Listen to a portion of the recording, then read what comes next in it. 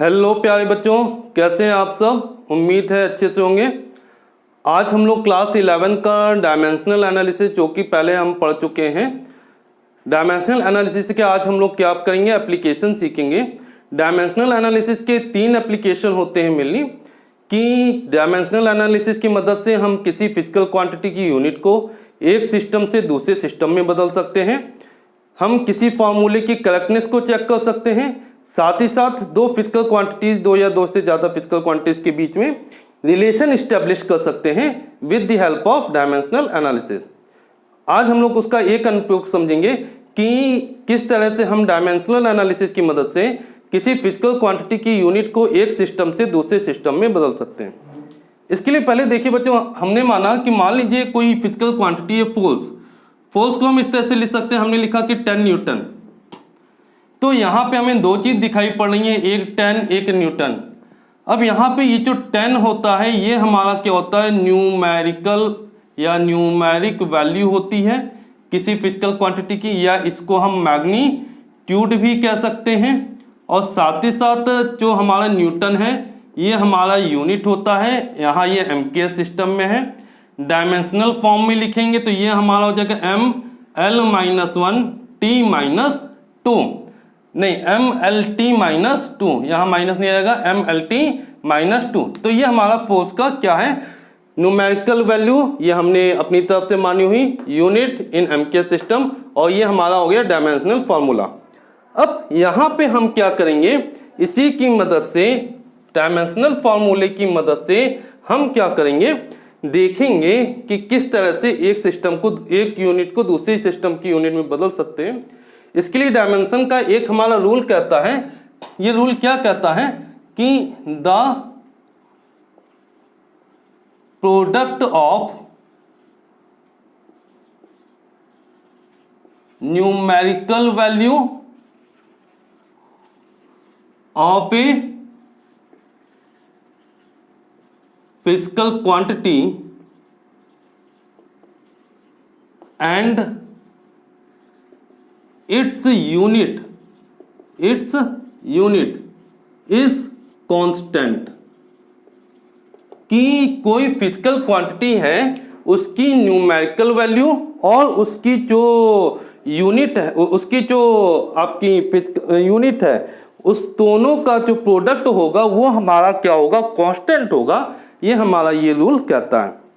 आइए इसको एक एग्जांपल से समझते हैं। मान लीजिए हमने एग्जांपल लिया फोर्स का, कि हमको क्या करना है कि कन्वर्ट 1 न्यूटन, फोर्स की हमारी एमकेएस सिस्टम में यूनिट होती है न्यूटन, इनटू डाइन, और सीजीएस सिस्टम में इसकी हमारी यूनिट होती है टाइन।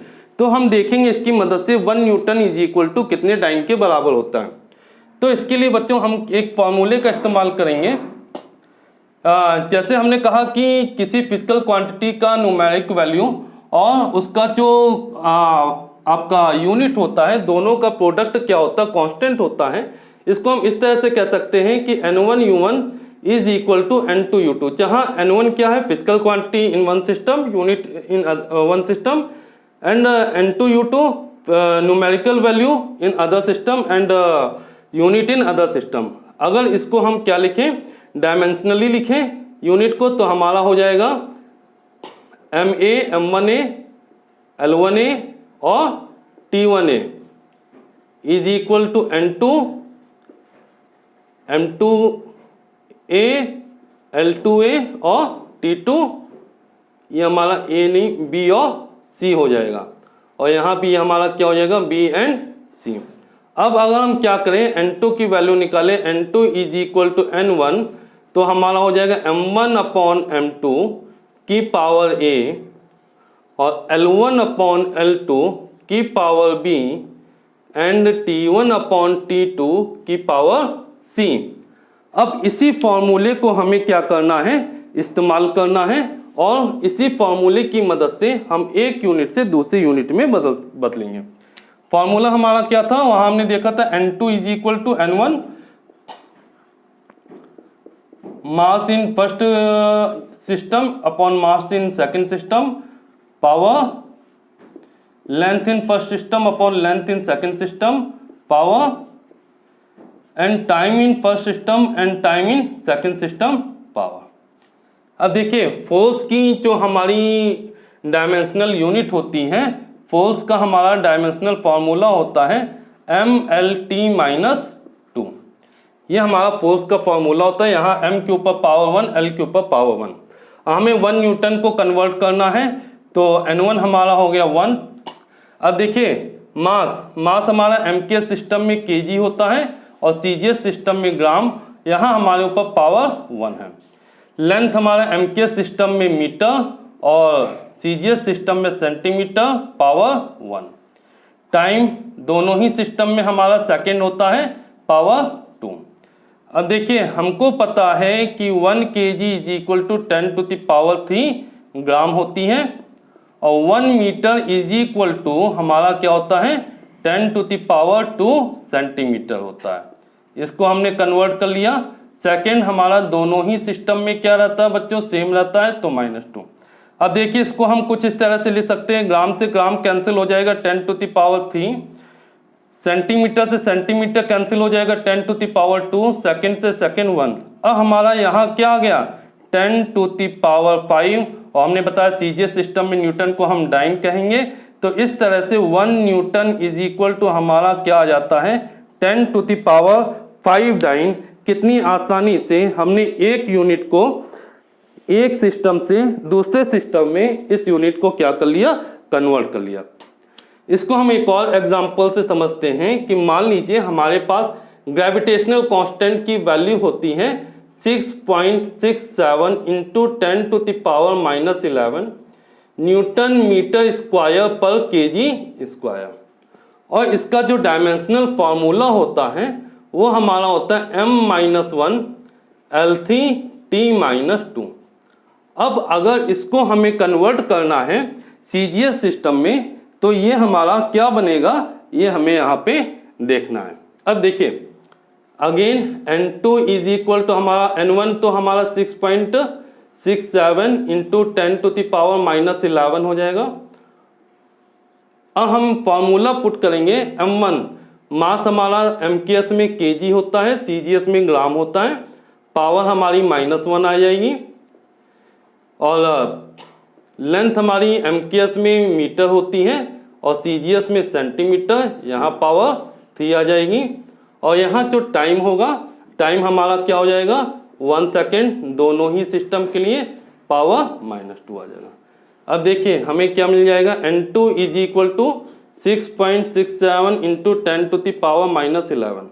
हम यहाँ kg को ग्राम में बदलेंगे 10⁻³ gram upon gram power -1। Metre को सेंटीमीटर में बदलेंगे 10⁻² centimetre upon centimetre power 3। Time हमारा सेम रहेगा -2। तो देखिए हमारा क्या आ जाता है 6.67 इंटू 10⁻⁻11। अब यहाँ हमारा क्या है, ग्राम से ग्राम कैंसिल हो जाएगा और हमें पता है पावर के ऊपर पावर मल्टीप्लाई हो जाती है। तो 10⁻³ इंटू -1 ये हमारा बन जाएगा 10⁻−3।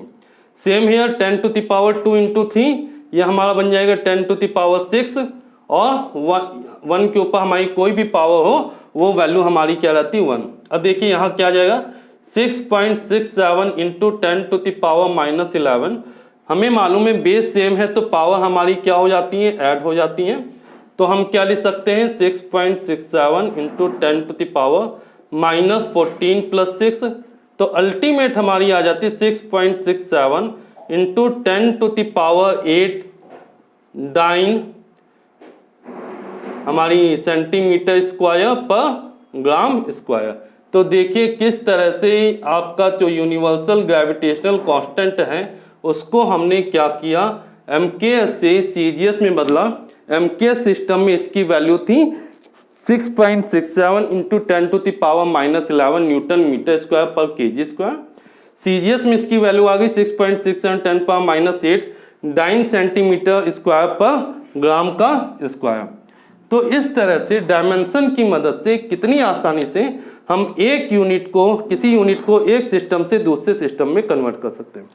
इसी तरह से आप लोग वर्क की जो यूनिट होती है MKS में होती है जूल और हमारी CGS में होती है अर्ग। आप लोग इस सिस्टम से चेंज करिए और कमेंट बॉक्स में कमेंट करके बताइए कि हमारा आंसर क्या होगा। 1 जूल इज इक्वल टू कितने अर्ग के बराबर होगा। और इसी तरह की और यूज़फुल वीडियो पाने के लिए चैनल को सब्सक्राइब करना ना भूलें। वीडियो को लाइक कीजिए और ज़्यादा से ज़्यादा शेयर कीजिए। Thank you.